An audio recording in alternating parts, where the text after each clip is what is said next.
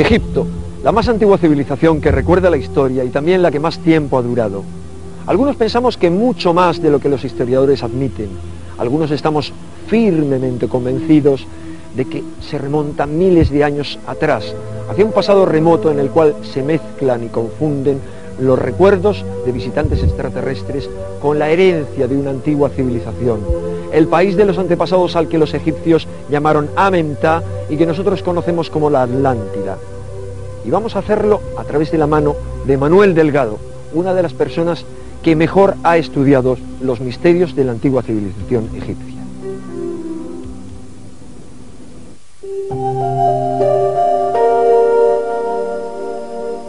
Hubo un tiempo en que la piedra adquirió grandeza para gloria de sus artesanos, pero no siempre fue así. Lejos de venerar a los maestros, se desmereció su obra. Había que destruir lo que por profano y hereje era inadmisible. Esta es la moderna ciudad de Alejandría. De su ilustre pasado nada queda. Su biblioteca fue pasto de las llamas que devoraron quién sabe cuántos escritos primordiales. En la meseta de Giza, cerca de El Cairo, el fuego se convirtió en martillo y cincel con la misma diabólica intención. Cuentan las crónicas el enorme estruendo de los bloques desprendiéndose desde las alturas. Quedó escrito que al atardecer de la gran pirámide salían a miles los murciélagos batiendo el aire con su aleteo ensordecedor. Hoy el único murmullo perceptible es el del viento que corta las aristas con ecos del pasado. No existen ya las manos profanas que convirtieron el monumento en cantera artificial y pese a todo, su silueta sigue recortándose en el horizonte, mostrando al ser humano lo pequeño que es. Tampoco quedan alimañas. La noche, serena, envuelve con su silencio la magia del lugar, el centro de peregrinación más antiguo del mundo, el de mayores y más perfectas proporciones y en donde aún pueden hallarse minúsculas claves, sutiles indicios capaces de desvelar el enigma del origen de Egipto.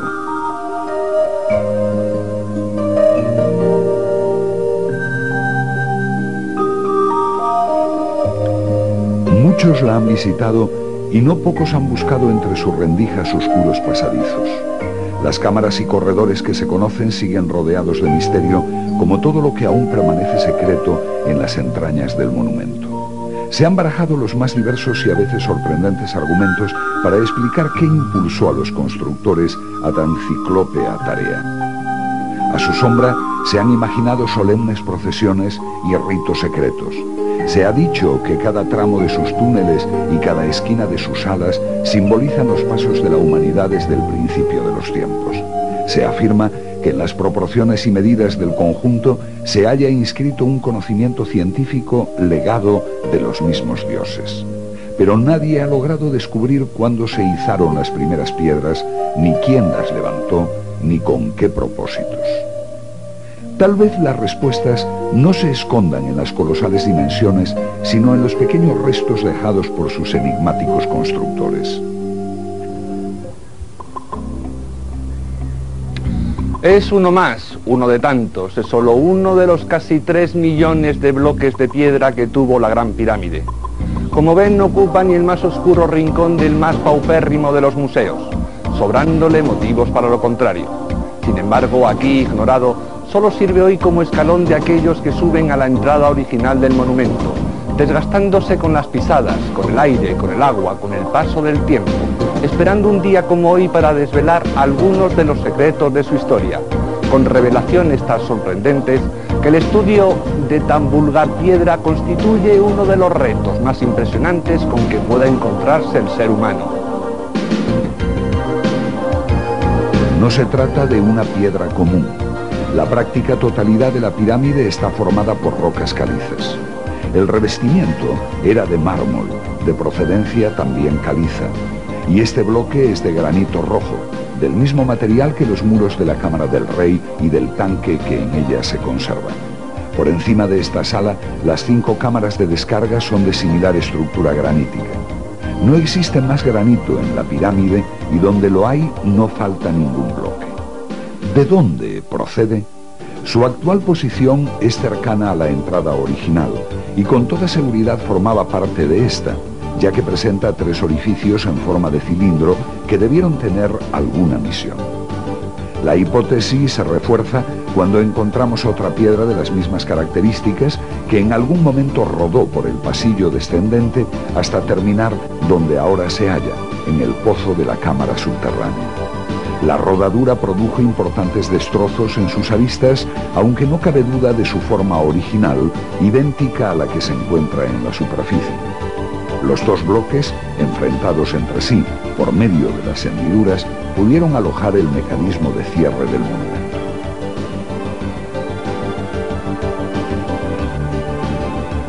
La entrada a la Gran Pirámide era conocida en el pasado. Ya Heródoto y Plutarco hablaron sobre pasadizos y cámaras de su interior. Pero fue Estrabón el que suministró las informaciones más concisas. En su obra Geografía del Mundo Romano, afirma que a cierto nivel, sobre uno de sus lados, hay una piedra que puede retirarse y que, una vez fuera, deja ver la entrada de una galería tortuosa o siringa que termina en una cámara llena de lodo y de sabandijas. Tal piedra existió en realidad con un sistema de acople similar al estudiado por Petrie en la pirámide de Snefru, en Dashur, una piedra que una vez colocada no se distinguía de las restantes, quedando así la entrada camuflada.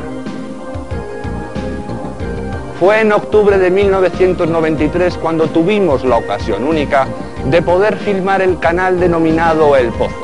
Por primera vez una cámara de televisión recorría aquellos peligrosos y oscuros 70 metros que unen la Gran Galería con el canal descendente, cerca de la Cámara del Caos. Su arriesgado trazado, excavado después de la construcción de la pirámide, está resbaladizo por la arena y los cascotes que permanecen inestables entre las juntas de los bloques. Mientras descendíamos peligrosamente, desde la oscuridad total del fondo, nos llegaba el eco fantasmagórico de nuestras propias voces envueltas en el desafiante siseo de las serpientes. La falta de oxígeno, el polvo y el calor dificultaban el descenso. A los 20 metros llegamos a la gruta natural, una pequeña oquedad de la meseta de Giza, justo por debajo de la primera hilada de bloques. Con toda la pirámide gravitando sobre nuestras cabezas, contemplamos lo que solo unos pocos privilegiados han conseguido. Cuando nos arrastrábamos por aquellos escombros, encontramos semienterrado un objeto de madera cilíndrico de unos 40 centímetros de largo. En estas imágenes, rodadas con una cámara doméstica, podemos ver cómo enrollamos una de las escalas alrededor de la pieza, pero su función inicial debió ser muy distinta. Seguro que ustedes ya han encontrado la relación entre el cilindro de madera y los agujeros de este bloque. A nosotros nos llevó algo más de tiempo. Cuando lo hicimos, regresamos aquí e introdujimos esta última pieza del puzzle. Su parte más estrecha encajó con precisión absoluta. Este es el cilindro que recogimos de las mismas entrañas de la Gran Pirámide. Las imágenes corresponden al momento en que lo insertamos en los agujeros del bloque, quedando mudos de asombro al comprobar el perfecto acople. Tal precisión pudimos confirmarla en el orificio que se haya partido.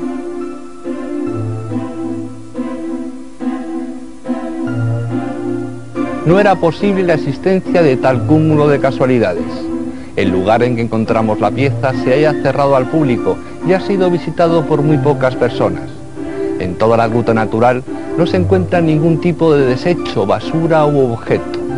Las dimensiones del taco corresponden milimétricamente con la de los agujeros de este bloque y además encaja justo hasta el punto en que su constructor decidió que así lo hiciera. En el pozo de la Cámara del Caos hemos encontrado una roca gemela a esta, de idénticas medidas y proporciones, con los mismos 3 agujeros. Estas 2 piedras enfrentadas, situadas en la entrada original del monumento, constituían su sistema de cierre. El taco sirvió para una función encomendada por su constructor, por el mismo arquitecto de la Gran Pirámide. Teníamos en nuestro poder, al fin, un objeto de materia orgánica proveniente de la Gran Pirámide y podíamos datar, por el carbono 14, la fecha de erección del monumento. Enviamos una astilla de 15 gramos de peso para su análisis a un laboratorio de los Estados Unidos. El dictamen de los especialistas por medio del carbono 14 fue realmente desconcertante. El cilindro parecía haber sido construido el año 2185 después de Cristo. Es decir, que nos enfrentábamos a dos alternativas. O el madero provenía del futuro, o había estado sometido a algún tipo de radiación que alteró sustancialmente su composición. Estamos en la cumbre de la pirámide de Keops. Desde esta altura se domina a lo lejos la populosa ciudad de El Cairo. Toda la meseta de Giza se encuentra a nuestros pies. Pirámides y mastabas se agrupan ordenadamente en el mayor complejo arqueológico del mundo. En esta singular atalaya quedan restos de todo tipo de ceremonias. Velas, inscripciones y pinturas dan fe de ritos celebrados aquí secretamente con la intención de que su mensaje se propague por toda la tierra y quién sabe si también por los confines del universo. Fue aquí mismo donde el ingeniero alemán Siemens pudo constatar un extraño fenómeno. Al beber de una botella de vino sintió cierta acumulación energética en el líquido.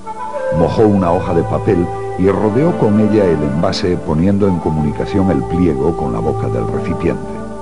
De inmediato empezaron a salir chispas ante el estupor de los guías egipcios que le acusaron de ejercer la brujería. Había construido una pila de Leyden. Siemens había comprobado la energía que emana por el ápice de la Gran Pirámide y que incluso llega a alterar los instrumentos electrónicos de los aviones, habiendo prohibido a algunas compañías aéreas como la Swissair sobrevolar el monumento a sus aeronaves. La energía piramidal es un hecho constatado.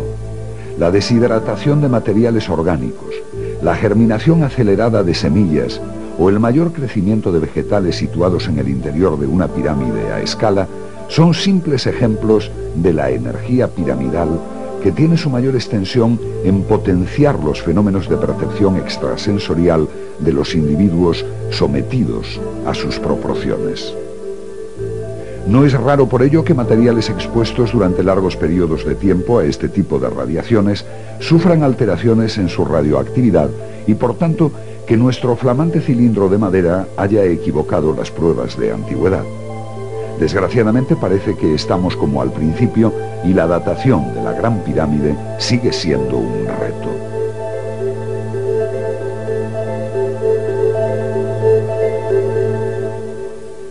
La arqueología atribuye la construcción de la Gran Pirámide a Keops, faraón de la Cuarta Dinastía. Para ello se basa en las descripciones de Heródoto y en un cartucho encontrado por el coronel Weiss en la quinta cámara de descarga. En el caso de Heródoto, sus guías le informaron acerca del arquitecto milenios después de la edificación del monumento.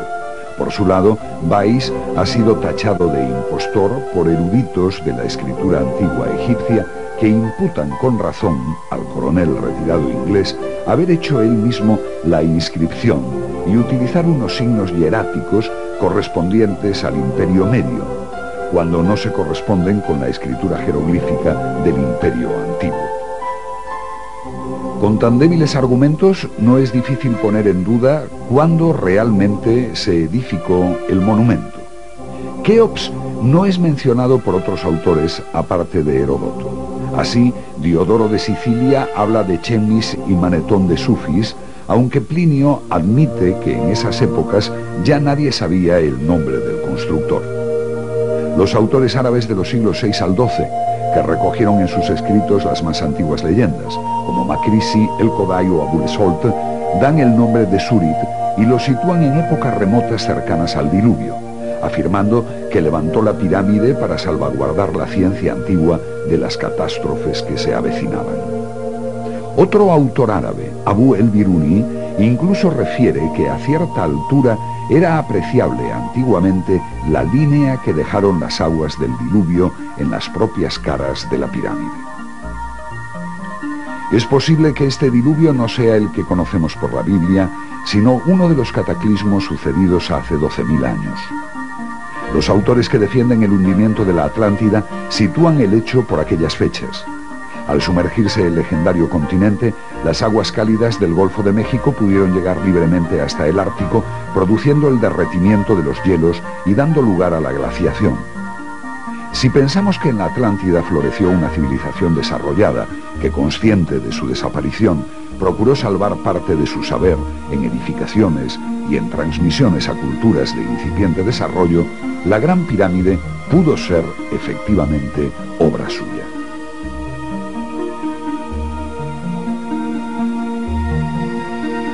La cultura egipcia padecía de claustrofobia. Ninguna tumba posee 1 centímetro cuadrado no dibujado o esculpido. Escenas del libro de los muertos o de la vida cotidiana se suceden inexorablemente por sus paredes. Esta es, en Giza, la tumba de la reina Merisán, esposa de Kefren, hipotético constructor de la segunda pirámide. La profusión de pinturas y jeroglíficos proporcionan vida eterna a esta mujer que vivió hace 5000 años. En el sepulcro se adivinan sentimientos, vivencias y tradiciones de su tiempo. Todo ello contrasta con el absoluto vacío de la llamada tumba de su esposo. En ninguna pirámide de la cuarta dinastía se han encontrado jamás restos de escritura, pinturas o esculturas. Esta es la pirámide de Unas, faraón de la quinta dinastía. Sus paredes y techos están repletos de jeroglíficos que detallan su cultura. En las pirámides de Giza, nada. La piedra lisa, callada, muda. Entre las dos pirámides, algo más de 200 años. Entre ambas pirámides, algo más que simples seres humanos. Historias que se remontan al más oscuro pasado del comienzo de nuestra civilización. Pero el compendio de qué sabiduría.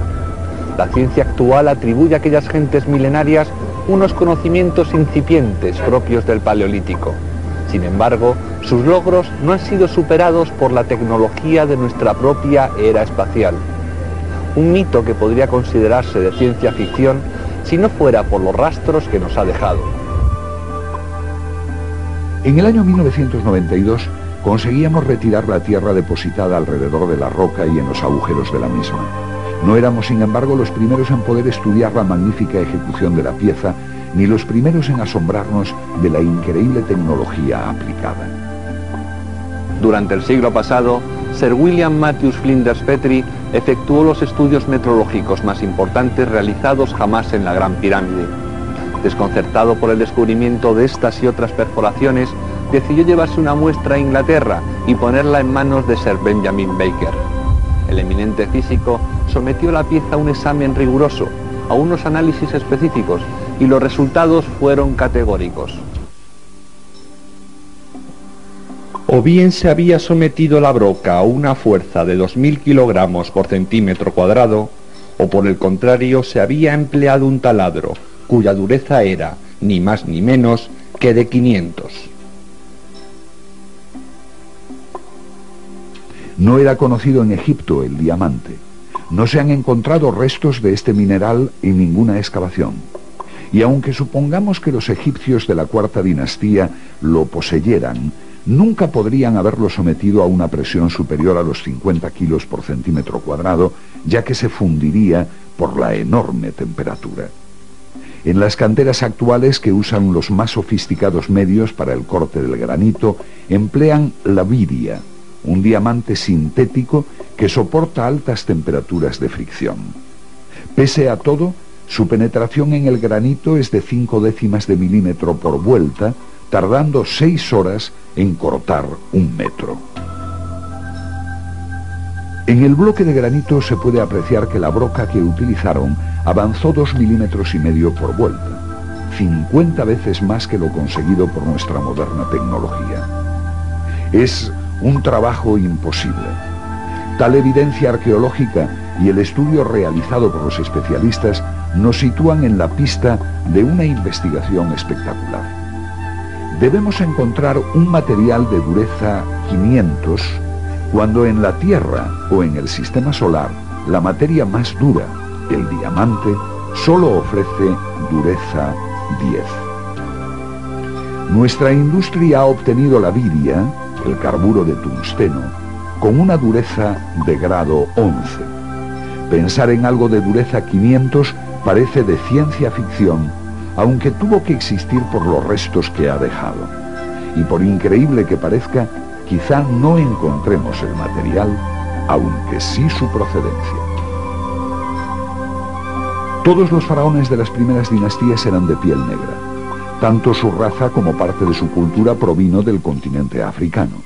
Allí, actualmente, en la meseta de Bandiagara y en los montes Jumbori, en Mali, vive el pueblo de los Dogones. Su tradición se remonta a miles de años. Sus creencias poco han cambiado con el transcurrir del tiempo y han puesto de manifiesto uno de los mayores problemas astronómicos y antropológicos. Durante el siglo pasado y en los comienzos de este, los nativos contaron a los estudiosos de su cultura su ancestral mitología. Según los Dogones, hace miles de años que llegaron unos seres mitad hombres, mitad peces, que fueron llamados los instructores. Aterrizaron en un arca roja como el fuego que después se volvió blanca. El suceso fue tan importante para los primitivos pobladores de Mali que se mantuvo firme en la memoria colectiva y fue transmitido generación tras generación, formando incluso parte de sus danzas y cultos. Esta visita de seres interestelares es común en casi todas las antiguas culturas. El hecho diferenciador es la información difundida. Ya es un misterio cómo los Dogones conocen el cinturón de asteroides de Saturno o los 4 satélites interiores de Júpiter.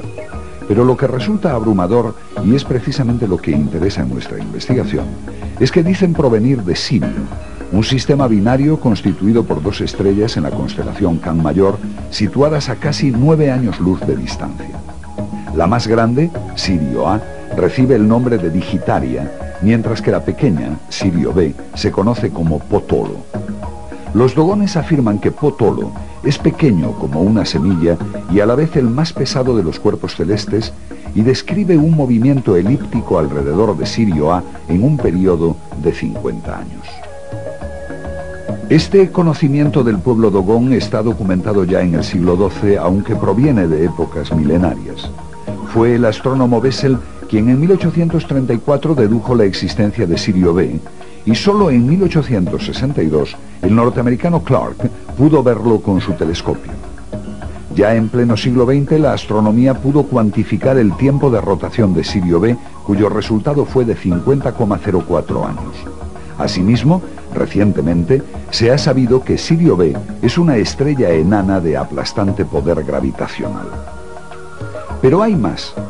Los Dogones han manifestado que Potolo, Sirio B, está formado por un metal denominado sagala, más brillante que el hierro, de un peso superior a todo el cereal y todo el hierro del planeta. Los estudios de la ciencia moderna dictaminan que su masa es similar a la del Sol, siendo su radio como el de la Tierra.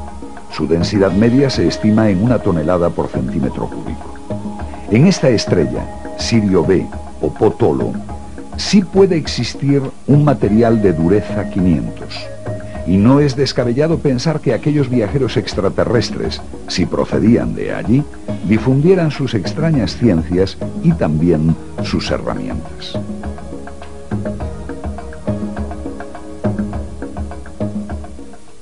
La teoría extraterrestre es hoy por hoy la única capaz de explicar el enorme conocimiento y la fabulosa tecnología aplicada en el antiguo Egipto.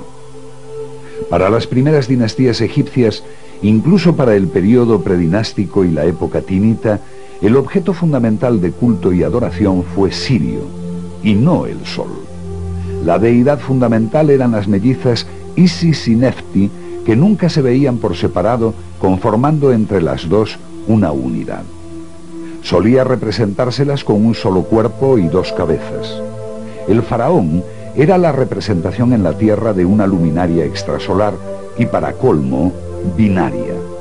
En Egipto existían 2 calendarios, uno vulgar o popular correspondiente al almanaque del Sol y otro real o faraónico regido por el almanaque de Sirio. Este calendario de Sirio o sótico duraba 1460 años, y pese a que algunos científicos siguen manteniendo que la precisión de la agenda egipcia se obtuvo por la observación de las crecidas del Nilo, ello solo sería posible tras millones de años de estudio.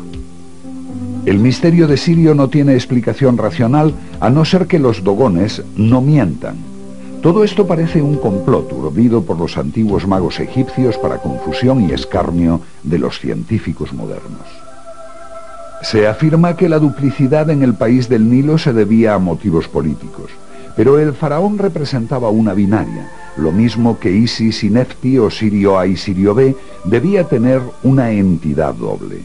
Causas políticas pueden explicar que el rey reuniera dos coronas, la del Alto y la del Bajo Egipto, pero no llega a entenderse, si no es por motivos religiosos, que se hiciera construir dos tumbas, doble casa, doble nombre, doble cartucho, doble toro, Nebi Simin, doble esposa, doble barca, doble sacerdocio, Tebas y Heliópolis, doble flor, loto y papiro, doble trono, doble úreos, etc. Además, había títulos faraónicos como Yo soy las dos señoras, y títulos nobiliarios como Señora de los dos fuegos. Para colmo de coincidencias, en las representaciones de la diosa Isis, que se encuentran a todo lo largo del Nilo, se puede observar su coloración blanca sobre fondo rosa, siendo los colores de Nefti el rosa sobre fondo blanco, exactamente igual a las tonalidades de Sirio A y de Sirio B que actualmente se pueden apreciar con el telescopio. Sirio A y Sirio B conformaron la cultura y religión del antiguo Egipto. No solamente en la ciencia y en la cultura, sino también en el panteón religioso. Los ritos isíacos, tan oscuros y arcanos, se celebraron en la intimidad de los templos y se rememoran hoy en día en algunas sociedades secretas. Es posible que la Gran Pirámide sea un monumento dedicado a Isis y sus galerías y cámaras tuvieran un significado esotérico. ¿Quién sabe si el famoso libro de los muertos se refiere a algo más que al viaje por los mundos de ultratumba, a un trayecto por el espacio en busca de unos orígenes materiales y espirituales? Egipto es una fuente inagotable de sorpresas. Nuestro ya familiar bloque de piedra nos ha de poner todavía en una pista espectacular. Hemos visto la posibilidad de perforar el granito con una broca de dureza desconocida, pero existe otra solución más desconcertante todavía, que explicaría cómo pudieron taladrar la roca con sus inocentes herramientas de cobre. Por fantástico que parezca, no fueron, como se supone, grandes canteros, sino magníficos alquimistas. Tenemos pruebas suficientes para afirmar que los antiguos egipcios sabían ablandar la piedra. Esto, además, aclararía uno de los grandes enigmas del antiguo Egipto: el traslado de bloques. Durante los 1500 últimos años de la historia clásica de Egipto, correspondientes al Imperio Nuevo, dinastías posteriores y periodo tolemaico, sus constructores utilizaron la cantidad de 4 millones de metros cúbicos de piedra en lo que se considera la colección de monumentos más importante de la antigüedad. Sin embargo, esta cantidad es únicamente similar a la utilizada en estas dos pirámides, las pirámides de Dashur, construidas por Snefru, el padre de Keops. En la cuarta dinastía, en un periodo de 150 años, se utilizó un volumen de piedras 3 veces superior y en un periodo de tiempo 10 veces más corto. Es decir, que los faraones de la cuarta dinastía, los famosos Snefru, Keops, Kefren y Micerinos, sin conocer el hierro ni la rueda, transportaron en 150 años el triple de bloques de piedra que sus colegas en 1500 años. ¿Cómo pudo ser esto posible? Abd el-Latif, historiador árabe del siglo XII, contó que la Gran Pirámide empezó a demolerse en tiempos de Ala-Eddin Yusuf. Karakush, uno de los emires de aquel príncipe, despojó al monumento de gran cantidad de bloques que sirvieron para edificar la ciudad del Cairo. Las crónicas relatan el enorme esfuerzo de zapadores, mineros y canteros para lograr en un día precipitar 1 o 2 de los bloques. Esta información realista se encuentra en oposición a la historia que nos cuentan. Pues bien, para que las cuentas nos salgan, si como dicen los entendidos, Keops tardó 20 años en construir su pirámide, sus artesanos debieron cortar la cantera con hachas de cobre, trasladar la roca sin vehículos de ruedas, izarlas sin poleas, pulirlas y colocarlas milimétricamente a razón de un bloque cada 2 minutos. Ni más ni menos. La fuerza humana es la hipótesis esgrimida por los académicos en relación a las colosales construcciones de la Cuarta Dinastía. Otra teoría desafía a la anterior, una técnica transmitida por inspiración divina a Imhotep, sacerdote y arquitecto del faraón Djoser. Para estudiarla, vamos a viajar a la isla de Sehel, 1000 kilómetros hacia el sur, en la frontera sudanesa. De todas las islas que emergen del Nilo en las cercanías de Asuán, esta es una de las que menos atractivos turísticos ofrece. Una roca, la de Yusuf, y las inscripciones que en ella se encuentran justifican la travesía. Es la llamada Estela de Famine, descubierta por Charles Wilbur en 1899. Desde entonces se han realizado numerosas traducciones, todas ellas coincidentes, atribuyendo un significado a los jeroglíficos que ofenden a la razón. La estela consta de 2.600 jeroglíficos dispuestos en 32 columnas.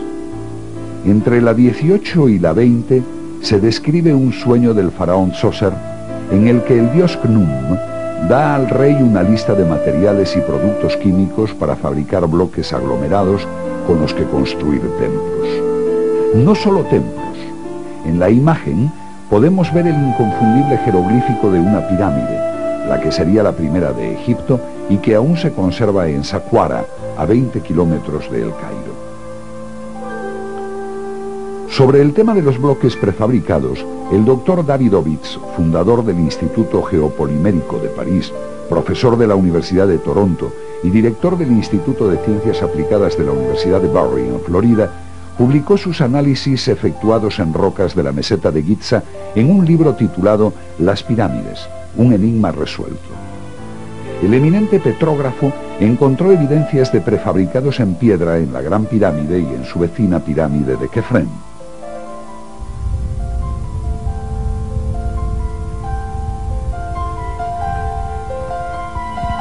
Efectivamente, la cara oeste de la pirámide de Kefren no está constituida por los típicos bloques de roca. Sus gradas recorren decenas de metros sin una sola junta.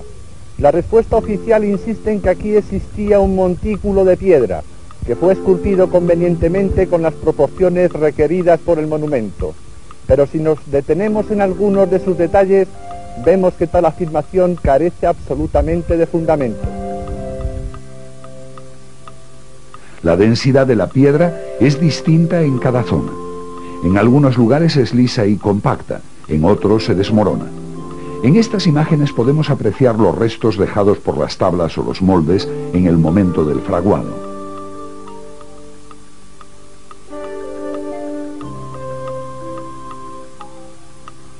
Davidovits no ha sido el único en encontrar este tipo de alteraciones. El profesor Clem manifestó en 1979 que de las 20 muestras obtenidas de la Gran Pirámide no había 2 de la misma densidad. Nosotros mismos hemos conseguido más de 30 muestras de pequeños trozos de restos de ablandamiento con marcas inequívocas de que alguna vez alguien las manejó como si fueran de plastilina.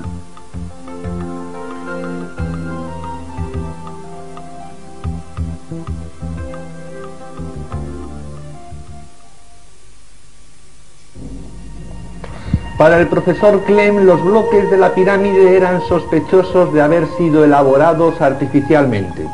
Las dudas parecieron aclararse cuando el propio Davidovits pudo estudiar una piedra procedente de este pasaje, el canal ascendente, y descubrió en su interior un pelo de 21 centímetros de largo, fibras textiles, burbujas de aire e incluso uñas.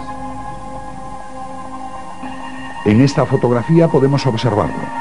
Nada más y nada menos que un cabello humano en el interior de una roca caliza de hace 50 millones de años, proveniente de la edad geológica del Eoceno, allá por el segundo periodo de la época terciaria. No son especulaciones.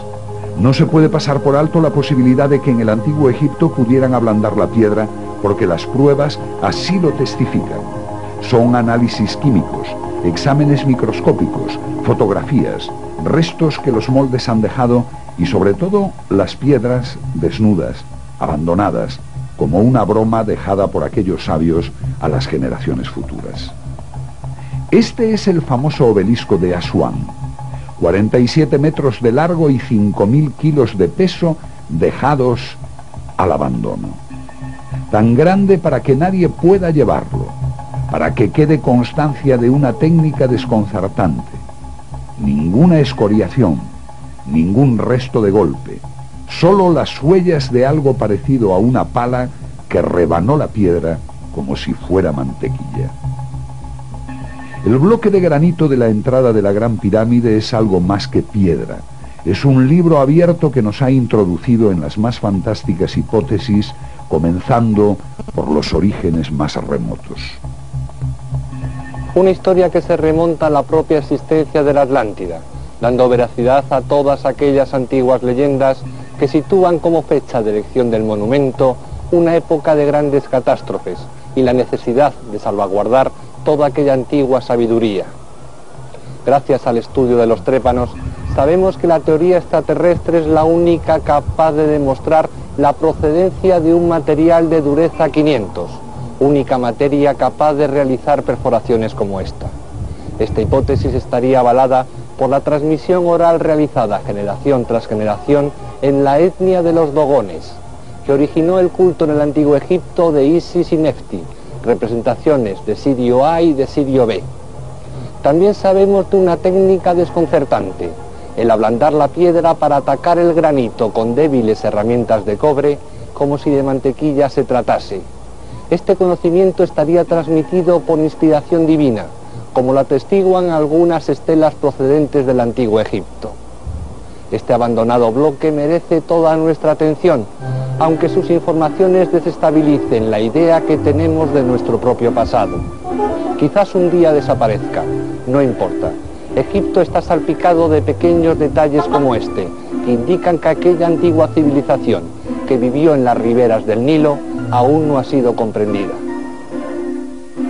Los sabios griegos estudiaron en esta ciudad la legendaria Sais, cuya universidad difundió lo que quedaba de aquella sabiduría de los dioses venidos del espacio. Hoy nada queda, únicamente montículos, piedras desparramadas y basura. No hay a quién preguntar ni en dónde consultar. Parte de la historia de Egipto se perdió con sus protagonistas, aunque algunos estamos convencidos de que los primeros egipcios que recorrieron el Nilo ya se encontraron con las pirámides de Giza edificadas. Precisamente en Sais, en aquella antigua y universitaria ciudad, en el frontispicio de uno de sus templos, Plutarco, el famoso historiador griego, pudo leer una leyenda, un misterio que encierra a todos los demás. Yo soy Isis, soy lo que fue, lo que es y lo que será, y ningún humano jamás ha logrado traspasar mi velo. ¿Quién sabe?